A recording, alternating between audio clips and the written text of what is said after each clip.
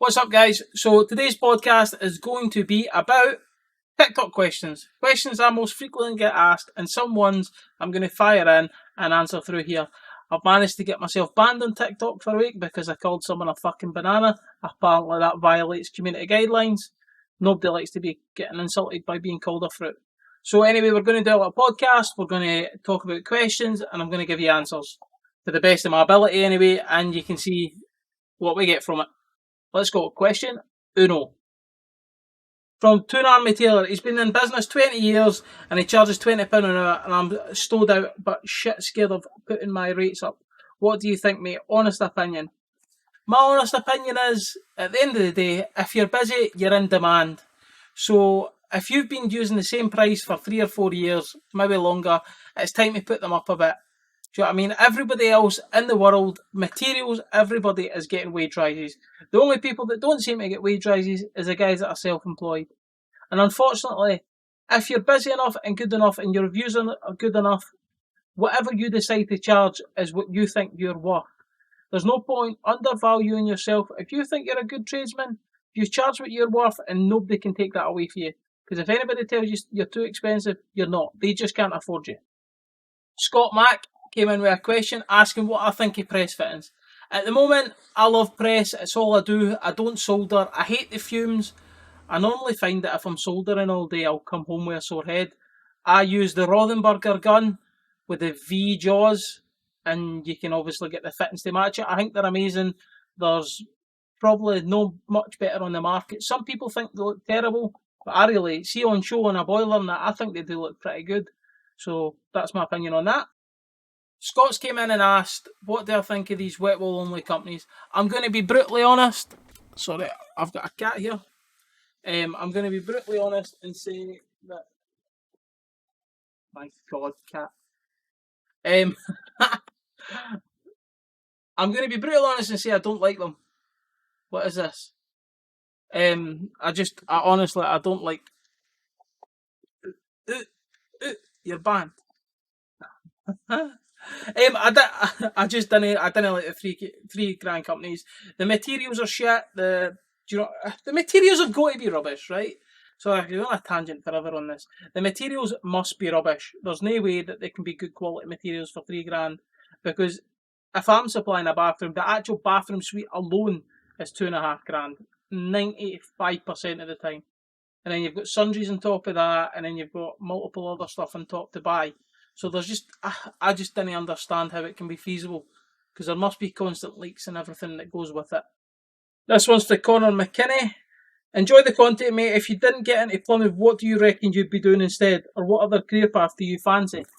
Well, initially, when I was 15, 16, I would go out with my dad, who's a carpet fitter. And I always wanted to do that, but then it fell through, and then I somehow ended up becoming a plumber. At the moment, I don't think there is. Why are my cats on absolute mad ones at the moment? At the moment, I don't think there is another job for me. I really love doing this. I would like to maybe, I don't know. I've absolutely no idea. I love doing YouTube. I love doing Instagram. I love doing TikTok. I don't think at the moment there is another job for me that I would really want to do. What made me do the job that I do? So initially, when I applied for plumbing, I also applied for an electrician job. And basically, what happened was I was offered both jobs, but I was meant to go in on the Friday to sign the paperwork to be an electrician. And basically, the Friday was my brother's wedding, so I chose to get absolutely right. I just wanted to have a good time, pretty much, and I chose that over going and being a sparky. End up being a plumber. Here I am now, my own business. We're growing, we're getting bigger, we're using social media, we're doing great. So the only way is up for me at the moment. This is quite a good one to address because people don't know this. My mate bought a new build in Uddingston and a pipe burst first night. Should there have been pressure tested? Well, and I'm pretty sure every new build gets pressure tested because I worked on them, and you had to get a little form, pressure test it, leave it on test, and then you would get it signed off. So majority of them are pressure tested, but it's just a luck of the draw sometimes, mate. It's just like your car; it could be great for 90% of its life, and then just all of a sudden just something goes wrong. Get a fitting just maybe wasn't pushed on right. It's very simple to make a mistake, and it's also very easy to blame the house builder. But it's just an accident, and that's all it is. What is the minimum tools you would expect an apprentice to have? A first year apprentice, I would expect them to have a measuring tape, a pencil, maybe a scale rule. That would be quite handy. And that's give or take just about it, to be honest.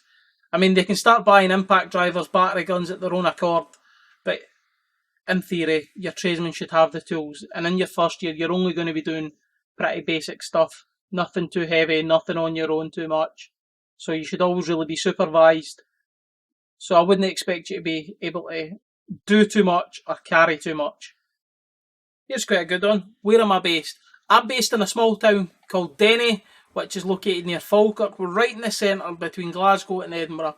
I'm willing to travel anywhere. We're doing a bathroom up in Pitlochry. I've got a guy asking me to go up to Dublin and fit bathrooms. I've got another guy in Ireland. I've got guys up in Aberdeen messaging me asking me to go up and fit them. And honestly, I'd love to go all over the world doing this, documenting the experiences, the different cultures, the different way plumbing's done. I'm so excited for what the future holds for me for this, because it could get bigger. It might not go anywhere, but it could get bigger. I need to kind of focus on stop getting myself banned on TikTok, because that's where a lot of my content goes. What have I got in my hand tool bag? In my handbag, ooh, I have grips, a shifter, a ratchet spanner, assorted screwdrivers. I've got a dumpy screwdriver. I've got a junior hacksaw, and I've got a file and a junior hacksaw here. So I don't carry too much. I keep it light. I use the basics. And basically, if we're on a big job, I'll have majority of my stuff in. But for my day-to-day maintenance and repairs, I just have a really basic toolkit that I can carry in and out of jobs. It does the job pretty easy. What was the deciding moment when you decided to go out on your own? That would have to be, basically, I worked for a renewables company and they folded. I went and worked for a maintenance company, and basically, I'm not saying they treated you bad, but you were just a number, and I didn't want to be a number. I wanted to hold myself accountable, start my own business, and take it for there. I actually wanted to be a massive business. I wanted to have loads of guys, loads of men, and after about a year and a half, when I got up to 5 guys, I decided that I was ready to wrap it on, because it was the stress levels for me. It was absolutely monumental, like crazy. I can't believe the stress levels that I had. Best silicone for using in a bathroom? That is very easy. Dow Collins 785. Dow is the daddy, smack daddy. Use Dow and Dow only. I would never use anything else. I'd use Mappy actually for the colours. Mappy is the one I use for colours, so I really like the Mappy stuff. So if Mappy's watching, you want to sponsor me? Hi Fraser. Quick question regarding an electric shower. What causes the pressure to drop when you turn it to higher pressure? So an electric shower, it basically, the water's flowing through, say it's flowing at like 10 litres a minute through your shower, and your element can maybe only heat the water to a certain degree at say 6 litres a minute. So what it does is it restricts the flow down in order for the element to heat the water adequately. Because if it's going too fast, it won't be able to heat it quick enough, and your shower will go colder. So if you slow it down, then it gives the element time to heat the water, and then it gives you a hot shower. So that's why if you ever find over a certain amount of time that you've got your shower on and it's no heating very well, it's probably because the element's on its way out. Did I do well in school to get where I am now? And the answer is absolutely not. I'll be honest, in school it was hard for me because I don't do very well with somebody pointing at a board and talking to me. I'm a very hands-on learner, and I just like getting stuck in and taking it for there. And that's with plumbing, you can get stuck in. You know what I mean? You get in, you get to fiddle a bit with it, and basically learn. I learn with my hands, no my eyes. I don't know if that's really the right thing to say, but in theory, I prefer just being hands-on. And in school, it wasn't. Even in college, when I was an apprentice, I struggled quite a bit. Even doing my gas exams, I'm perfect on the field. I didn't struggle until it comes to having to find answers in a book. I just struggle. I could look at it and look at it and look at it and look at it. I could be reading right past it, and I'll still not pick up it. It's quite annoying. Any tips on how to get more clients?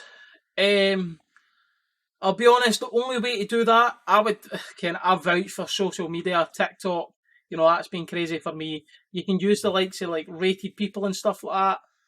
I'm quite a mug for that because I'm still subscribed to it. I pay like 80 quid a month to rated people and I don't use it. I haven't used it for over a year now. So that's near enough 800 quid I've wasted. So rated people, if you're watching, cancel my membership because I keep forgetting. But you can use other aspects. The Facebook community groups, Twitter, Instagram, interact with other plumbers, make friends with other guys at the merchant. They could maybe sling you, oh, do you want to give us a hand in a heating job? You know what I mean? It's just get in there and make sure you're doing stuff right. Don't cut corners. And I'll do the last one here. What do I think of gas fast track courses? In hindsight, right, I used to think, what a load of pish, right?